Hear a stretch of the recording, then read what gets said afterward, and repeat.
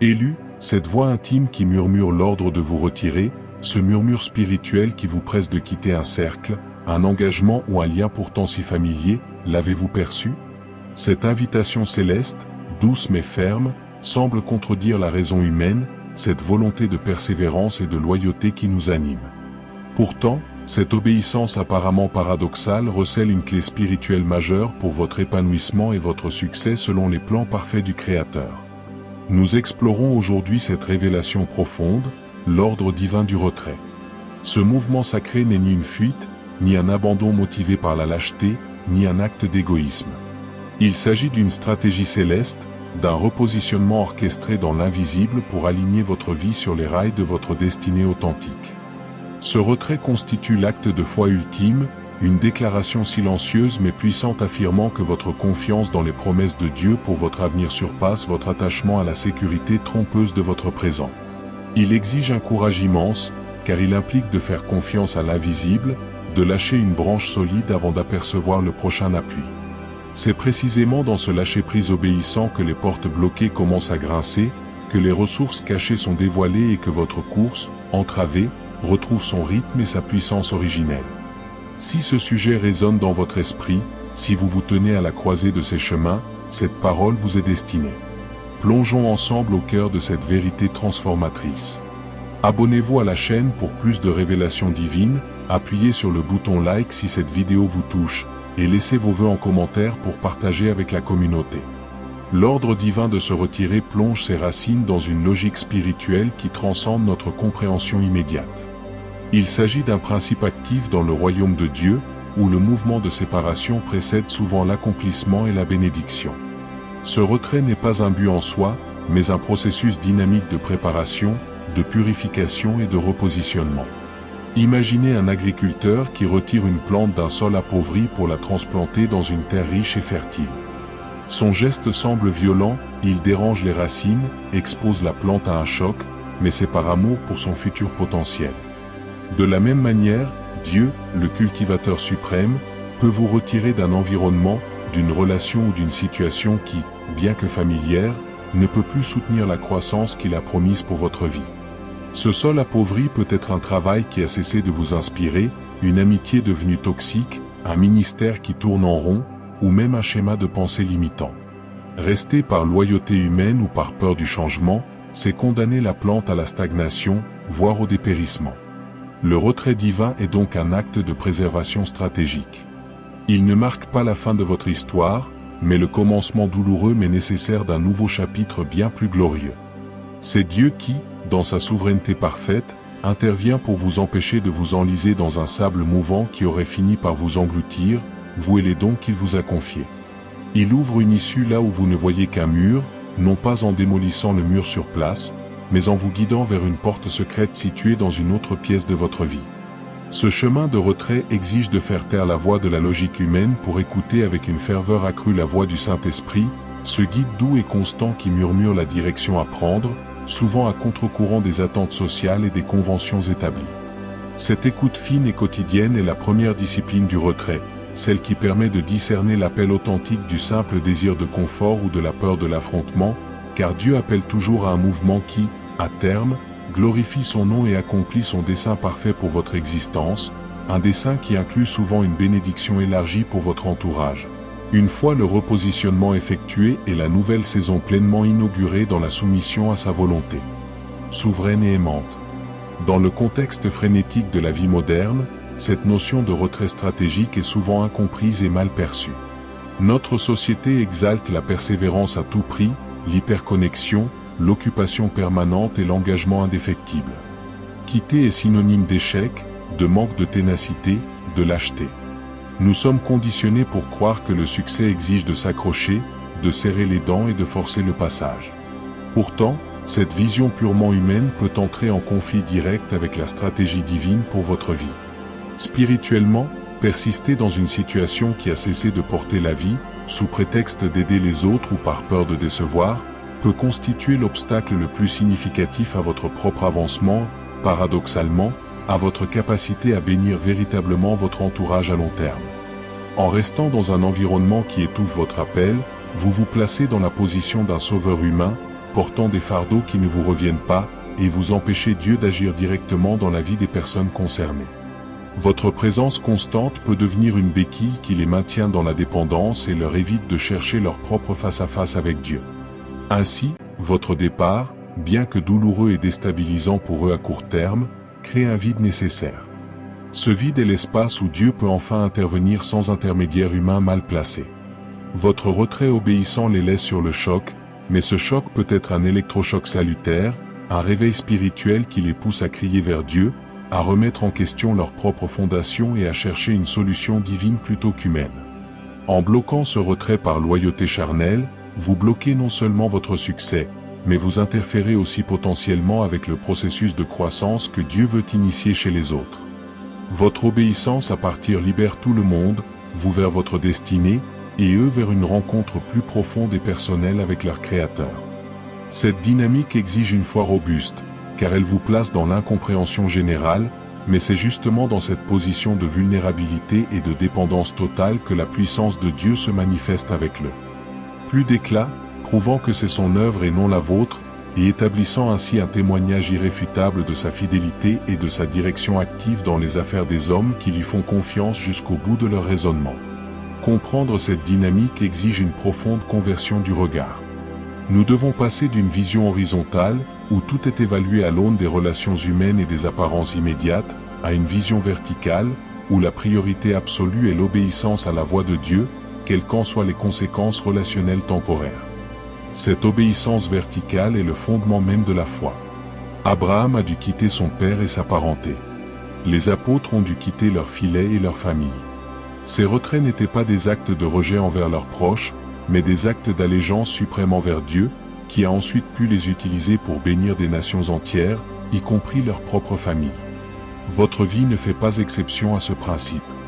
Lorsque Dieu vous appelle à vous retirer, il ne vous demande pas de haïr les personnes ou de mépriser les situations que vous quittez. Il vous demande de lui faire confiance, de croire que son plan pour vous et pour eux est infiniment supérieur au statu quo que vous maintenez à force d'efforts humains. Ce retrait est un acte d'amour profond, amour pour Dieu en lui obéissant, amour pour vous en acceptant la destinée qu'il a préparée, et amour véritable pour les autres en cessant de jouer un rôle qui ne vous revient pas et en leur permettant d'expérimenter la suffisance de Dieu par eux-mêmes. C'est libérer les autres de l'idole que vous êtes devenus pour eux, consciemment ou non, et les rediriger vers le seul sauveur véritable. Cette perspective transforme totalement l'expérience du retrait. Elle en fait non plus un échec relationnel, mais un acte prophétique d'intercession et de libération, un sacrifice vivant placé sur l'autel de la volonté divine, qui produit à son temps une moisson de justice et de paix pour toutes les parties impliquées, selon la sagesse insondable de celui qui tient toutes choses entre ses mains et qui opère tout selon le conseil de sa volonté. Comment alors discerner la différence entre une simple tentation de fuir face à l'adversité et un authentique ordre divin de retrait? La frontière peut paraître ténue, mais plusieurs marqueurs spirituels permettent d'y voir clair. Premièrement, l'appel au retrait divin s'accompagne généralement d'une paix profonde qui transcende les circonstances, une conviction intime ancrée dans votre esprit. Cette paix n'est pas l'absence d'émotions fortes. Vous pouvez ressentir une grande tristesse, une peur palpable, ou une profonde nostalgie à l'idée de partir. Mais sous ce tumulte émotionnel, il y a comme un roc solide, une assurance calme que c'est la voie à suivre, même si elle est incomprise. Deuxièmement, Dieu confirme souvent sa direction par la répétition et la convergence. Un même verset peut revenir à vous à plusieurs reprises, dans votre lecture personnelle, dans un sermon, dans une conversation. Une parole prophétique sobre et précise peut venir confirmer ce qui murmurait déjà dans votre cœur.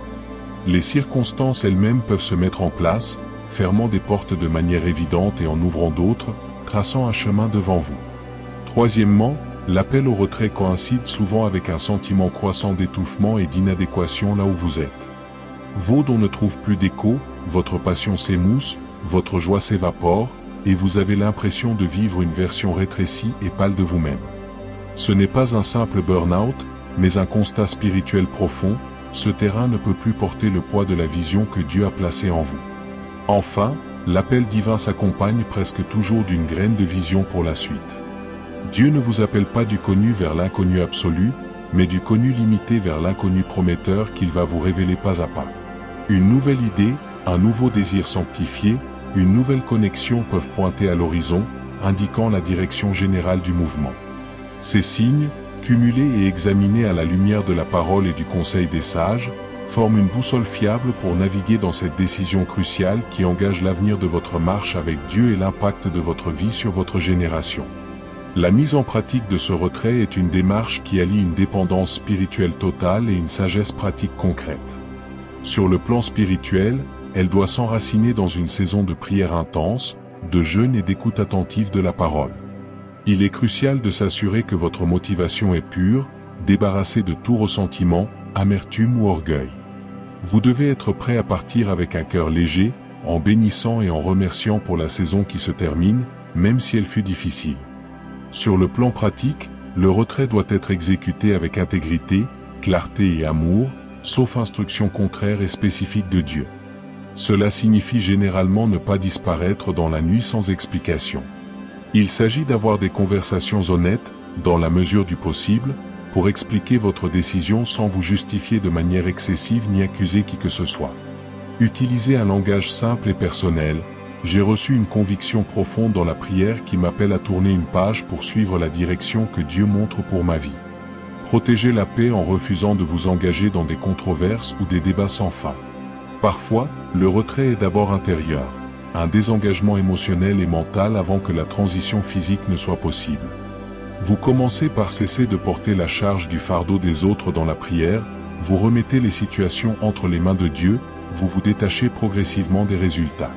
Ce travail intérieur prépare le terrain pour l'acte extérieur, qui devient alors l'aboutissement logique d'un processus spirituel mûr, accompli dans la soumission et la crainte de Dieu, avec le désir de préserver l'unité de l'esprit par le lien de la paix, même dans la séparation, car notre combat n'est pas contre la chair et le sang, mais contre les puissances spirituelles de l'air qui cherchent à semer la division et l'amertume dans le corps de Christ. La période qui suit immédiatement le retrait est souvent la plus délicate et la plus vulnérable. C'est le désert, l'intervalle entre la sortie de l'Égypte et l'entrée en terre promise.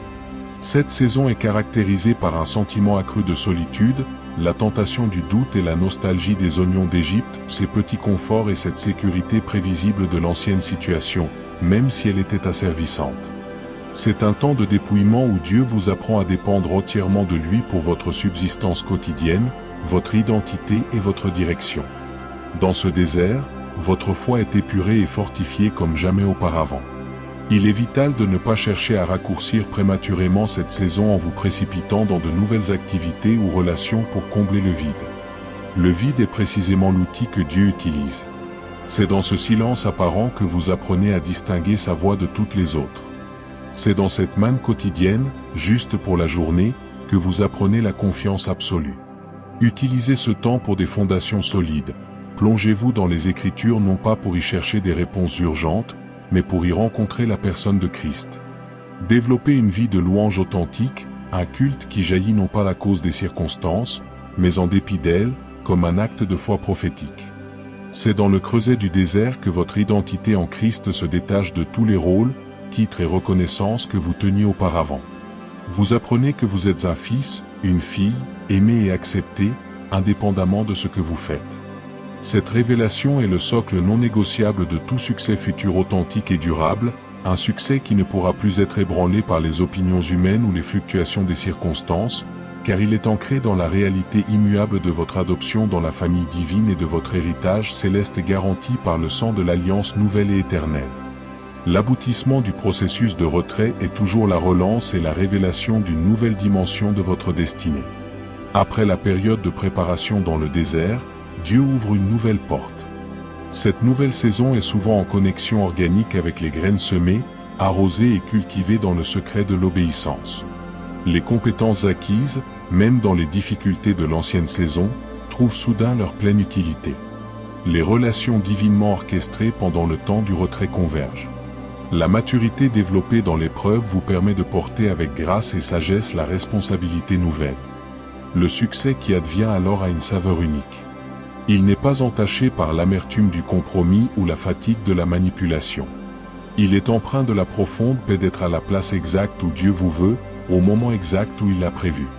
C'est un succès qui porte la marque du surnaturel, où vous savez que c'est l'œuvre de sa main et non la vôtre.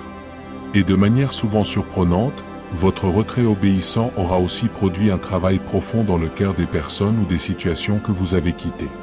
Le choc initial se transforme en réflexion, puis en recherche. Votre départ, en libérant le plan de Dieu pour votre vie, aura aussi créé les conditions pour que son plan se déploie dans leur vie, d'une manière que vous n'auriez jamais pu forger en restant.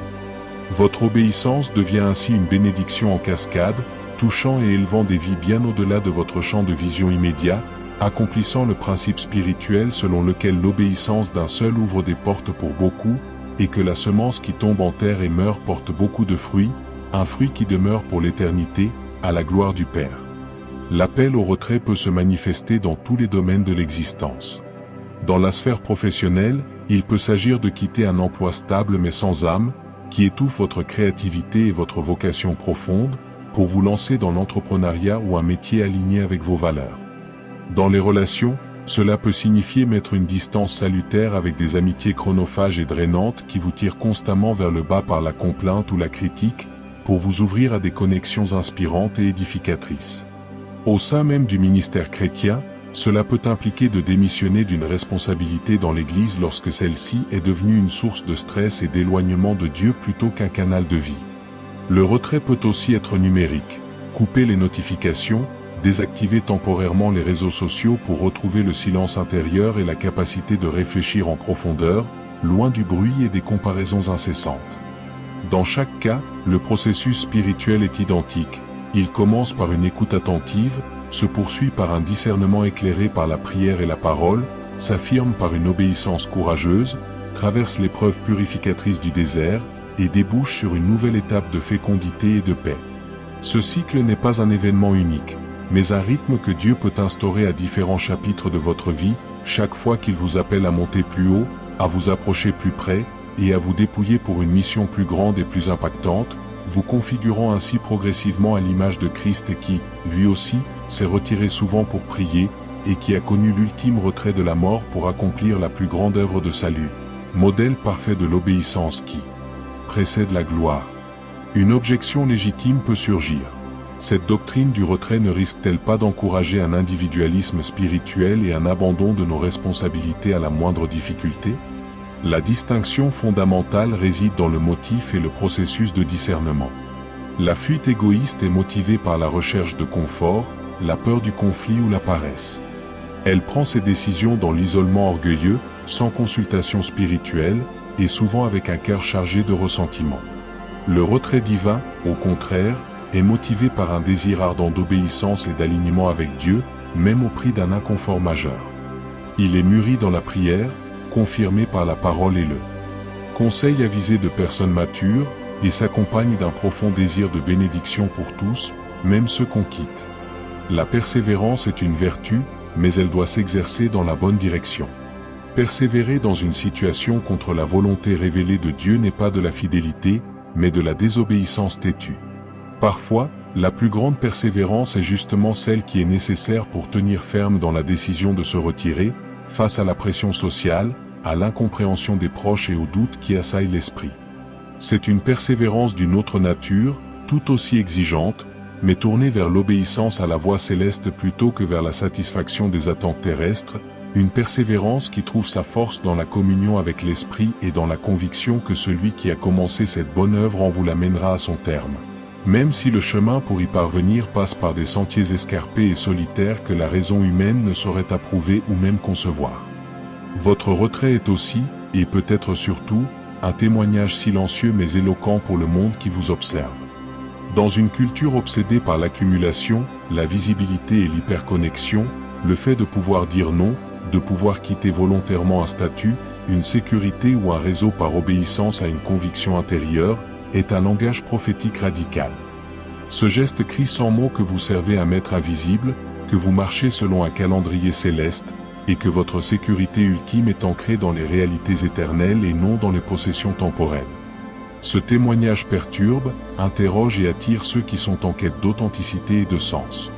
Il démontre de manière tangible que votre foi n'est pas un ensemble de croyances passives, mais une force active qui influence vos choix les plus importants et les plus coûteux. Votre obéissance devient alors une semence de foi plantée dans le cœur des témoins de votre vie, semence qui peut germer des mois ou des années plus tard, lorsque même se trouveront à un carrefour décisif de leur existence.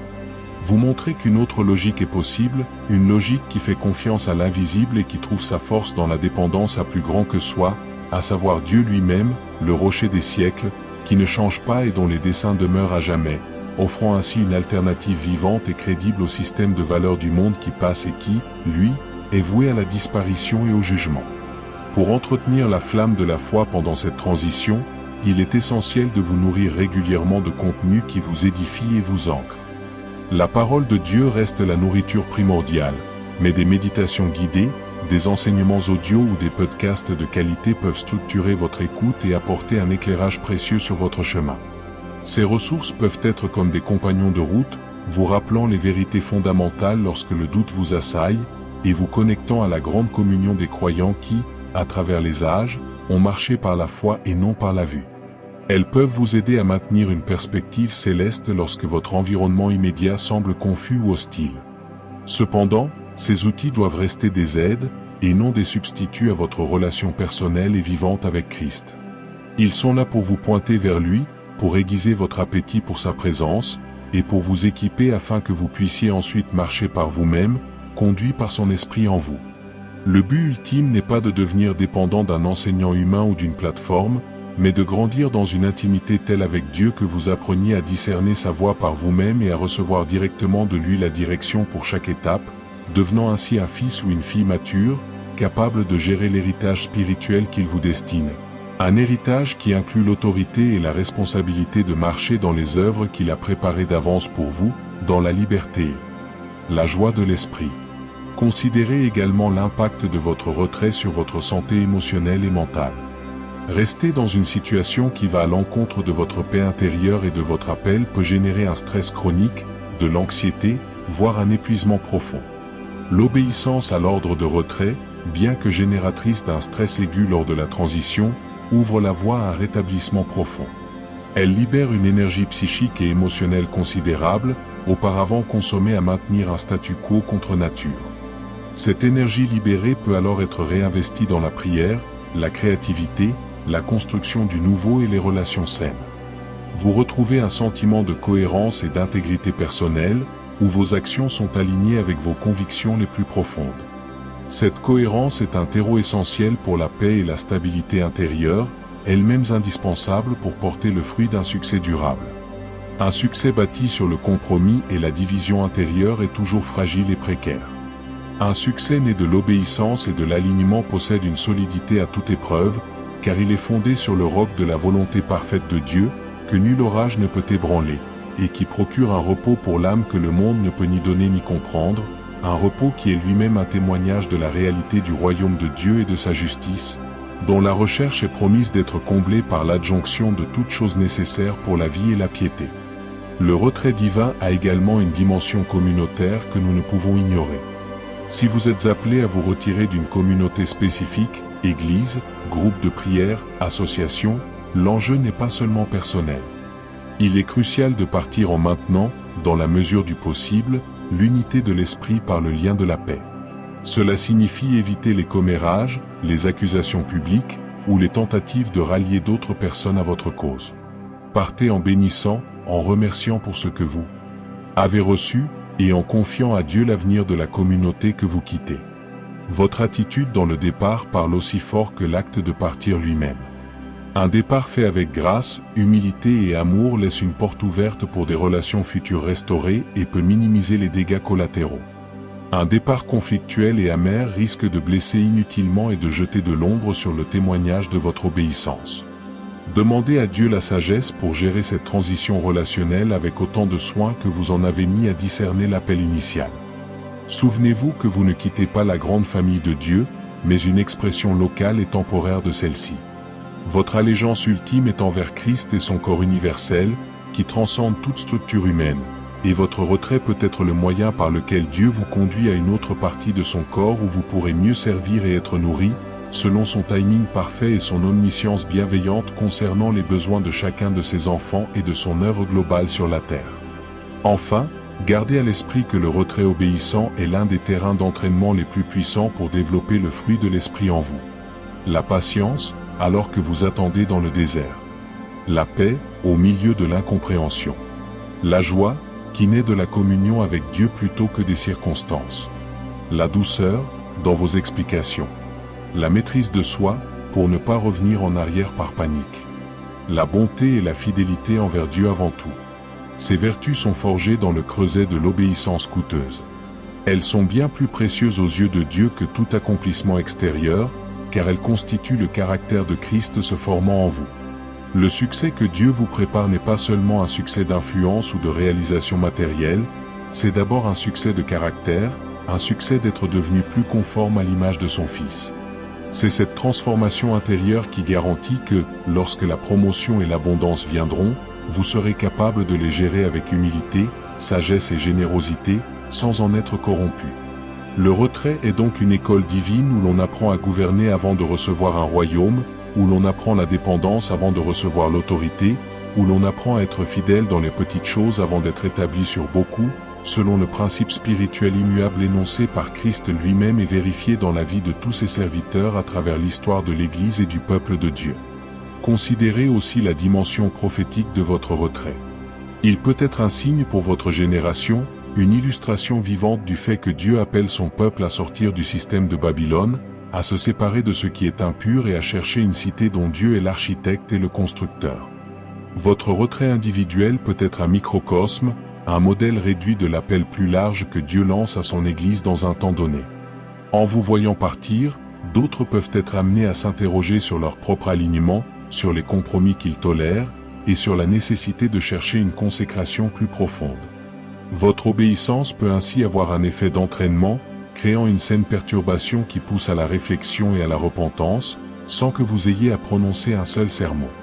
C'est le pouvoir du témoignage vécu, qui souvent parle plus fort que les mots, car il démontre la réalité de ce que vous croyez, prouvant que votre foi est opérationnelle et qu'elle a le pouvoir de modifier le cours concret de votre existence, offrant ainsi une preuve tangible de la vitalité et de la pertinence de l'Évangile dans les décisions pratiques de la vie, renforçant la crédibilité du message que vous portez et attirant les chercheurs de vérité vers la source de votre force et de votre paix.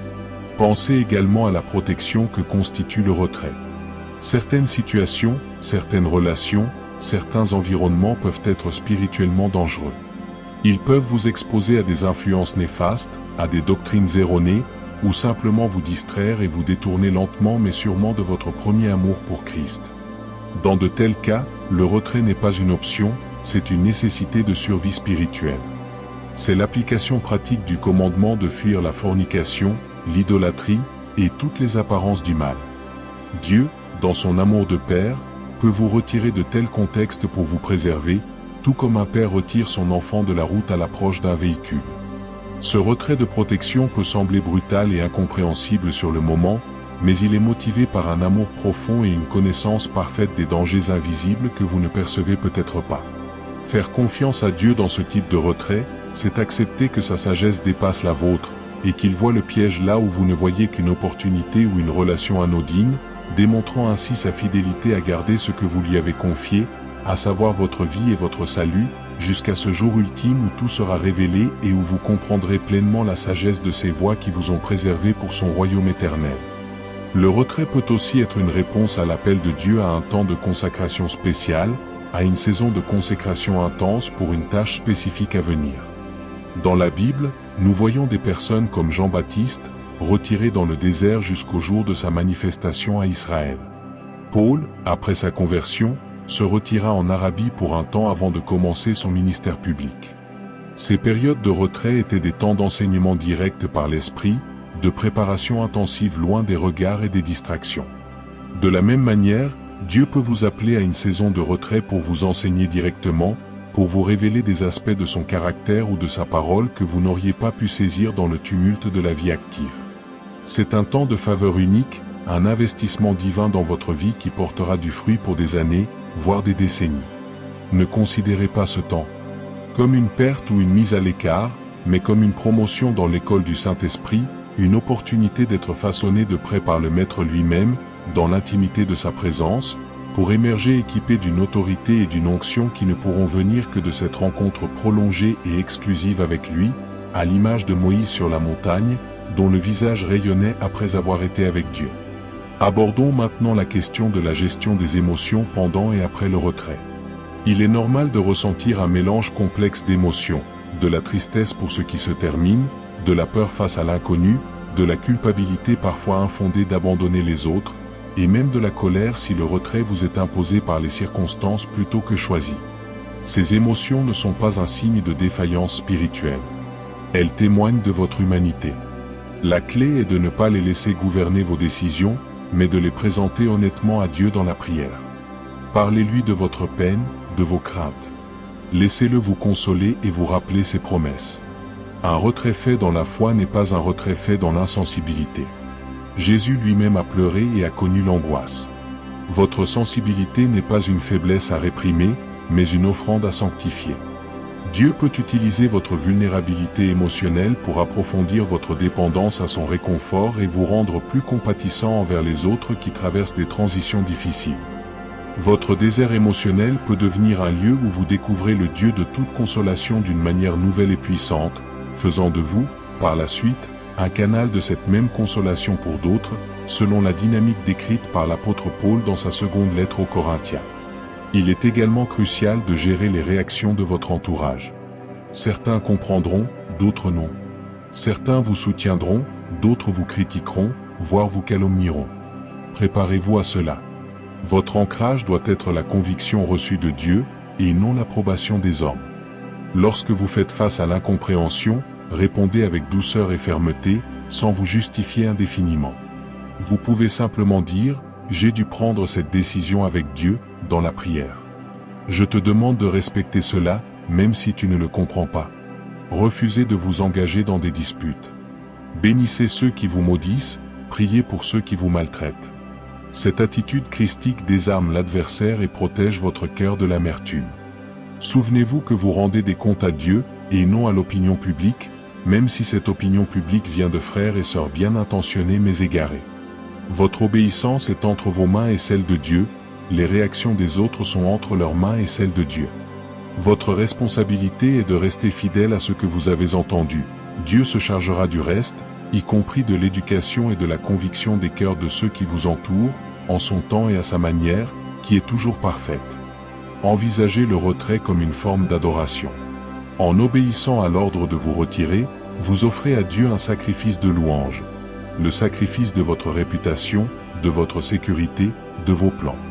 Vous lui dites par vos actes, « Tu es plus important pour moi que tout cela.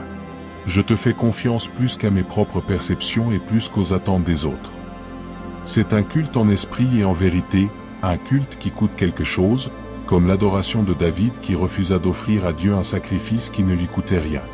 Ce type d'adoration touche le cœur de Dieu d'une manière particulière. Il ouvre les trésors du ciel et libère des bénédictions que vous n'auriez pas pu recevoir autrement. Votre retrait devient alors un acte d'amour pur, une démonstration tangible de votre engagement envers lui, qui invite en retour une manifestation tangible de sa présence et de sa faveur dans votre vie, car Dieu honore toujours ceux qui l'honorent, selon le principe immuable de son royaume. Soyez attentifs aux petits signes de confirmation et de provision pendant votre retrait. Dieu est un père qui aime encourager ses enfants. Il peut envoyer un mot précis par un frère ou une sœur, une provision financière inattendue, une porte qui s'entrouvre doucement, une paix surnaturelle à un moment de doute intense. Collectez ces pierres de souvenirs, comme le fit Samuel avec l'Ébénézé. Notez-les dans un journal. Ils serviront de rappel précieux dans les moments où le chemin semblera à nouveau obscur. Ces confirmations ne sont pas des hasards, ce sont des clins d'œil de Dieu, des signes de sa main guidante, qui vous disent « Je suis là, je vois, j'entends et je pourvois ». Continue de marcher. Ils nourrissent votre foi pour l'étape suivante et vous aident à construire une histoire avec Dieu, une histoire dont vous pourrez ensuite témoigner pour fortifier d'autres, montrant la fidélité concrète de Dieu à ceux qui marchent dans l'obéissance, même lorsque cette obéissance les mène dans des lieux inconnus et désolés en apparence. Enfin, préparez-vous à la nouvelle saison. Le retrait a une fin. Le désert n'est pas votre domicile permanent. Dieu vous y prépare pour quelque chose. Alors, tout en vivant pleinement le présent, gardez votre cœur ouvert et attentif aux indications pour l'avenir. Quel nouveau désir Saint Dieu a-t-il placé en vous? Quelles compétences souhaite-t-il que vous développez? Quelle connexion nouvelle est-il en train d'orchestrer? La fin du retrait n'est pas toujours annoncée par une fanfare. Elle peut se présenter comme une petite porte qui s'ouvre, une invitation simple, une opportunité modeste qui correspond étrangement à ce qui a mûri dans votre cœur pendant la saison secrète. Avancez avec précaution, continuez à prier, et avancez pas à pas.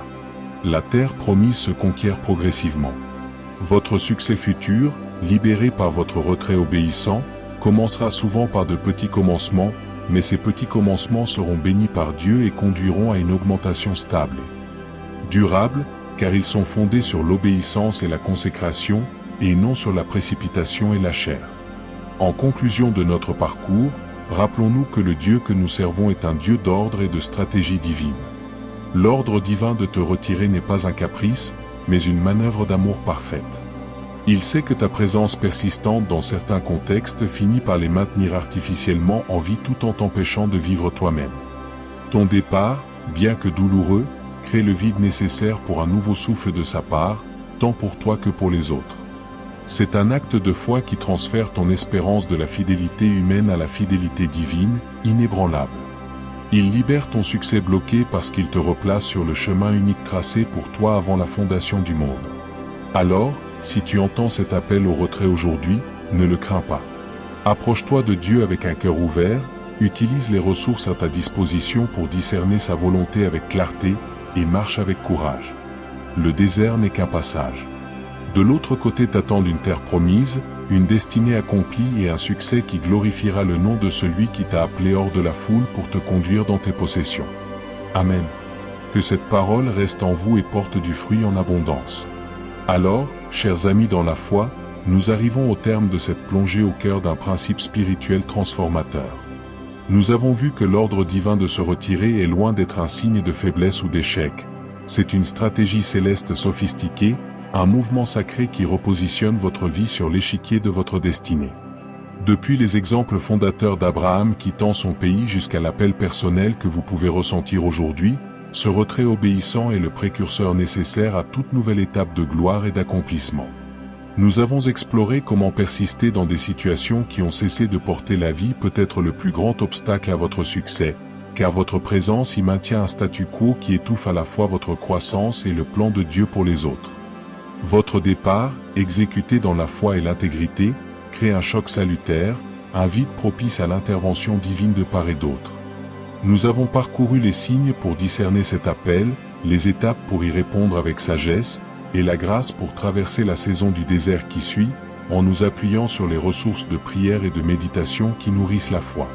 Rappelez-vous, votre obéissance à vous retirer n'est pas un acte contre qui que ce soit, mais un acte d'allégeance ultime à Dieu, qui ouvre finalement le flux des bénédictions pour votre vie, en temps voulu, pour votre entourage.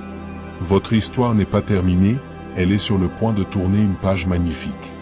Seigneur, notre Père Céleste, nous t'apportons maintenant devant toi toute la communauté rassemblée par cette parole. Nous te prions pour chaque homme, chaque femme qui écoute et qui se reconnaît dans cet appel au retrait. Donne-leur, nous t'en supplions, un courage surnaturel. Confirme-leur ta parole dans leur cœur par ton Esprit Saint. Entoure-les de ta paix qui surpasse toute intelligence, afin qu'ils marchent dans l'obéissance sans être ébranlés par le regard ou les questions du monde. Pour ceux qui sont dans la phase du désert, après avoir obéi, nous te demandons la provision fidèle de ta manne quotidienne, la fraîcheur de ton eau vive au milieu de la sécheresse, et la consolation palpable de ta présence. Bénis leur temps de prière et d'écoute. Utilise les ressources, les podcasts et les méditations qui existent pour les soutenir et les enseigner pendant cette saison. Pour tous, ouvre des portes nouvelles au moment parfait. Fais-leur voir de leurs yeux la terre promise que tu as préparée, et donne-leur la force d'en prendre possession. Bénis abondamment leur foi, leur famille, leurs projets et leur quotidien. Qu'à travers leur obéissance, ton nom soit glorifié et que beaucoup voient tes œuvres et mettent leur confiance en toi. Nous te remettons chaque situation, chaque dilemme, chaque cœur anxieux. Agis, Père, selon ta sagesse et ton amour parfait. Dans le nom puissant de Jésus, nous prions. Si cette vidéo a parlé à votre cœur, a éclairé votre chemin ou simplement confirmé ce que Dieu vous murmurait déjà, ne laissez pas cette inspiration s'envoler sans action. Abonnez-vous si ce n'est pas déjà fait, likez cette vidéo, Partagez-la avec vos proches qui pourraient en avoir besoin dans leur parcours de foi, et laissez un commentaire avec vos vœux pour que nous grandissions ensemble dans la foi. Votre témoignage pourrait être la lumière dont quelqu'un d'autre a besoin aujourd'hui. Merci d'avoir été des nôtres, et souvenez-vous, parfois, le pas en arrière obéissant est la seule façon de prendre l'élan nécessaire pour le bond en avant divin. Que Dieu vous bénisse richement.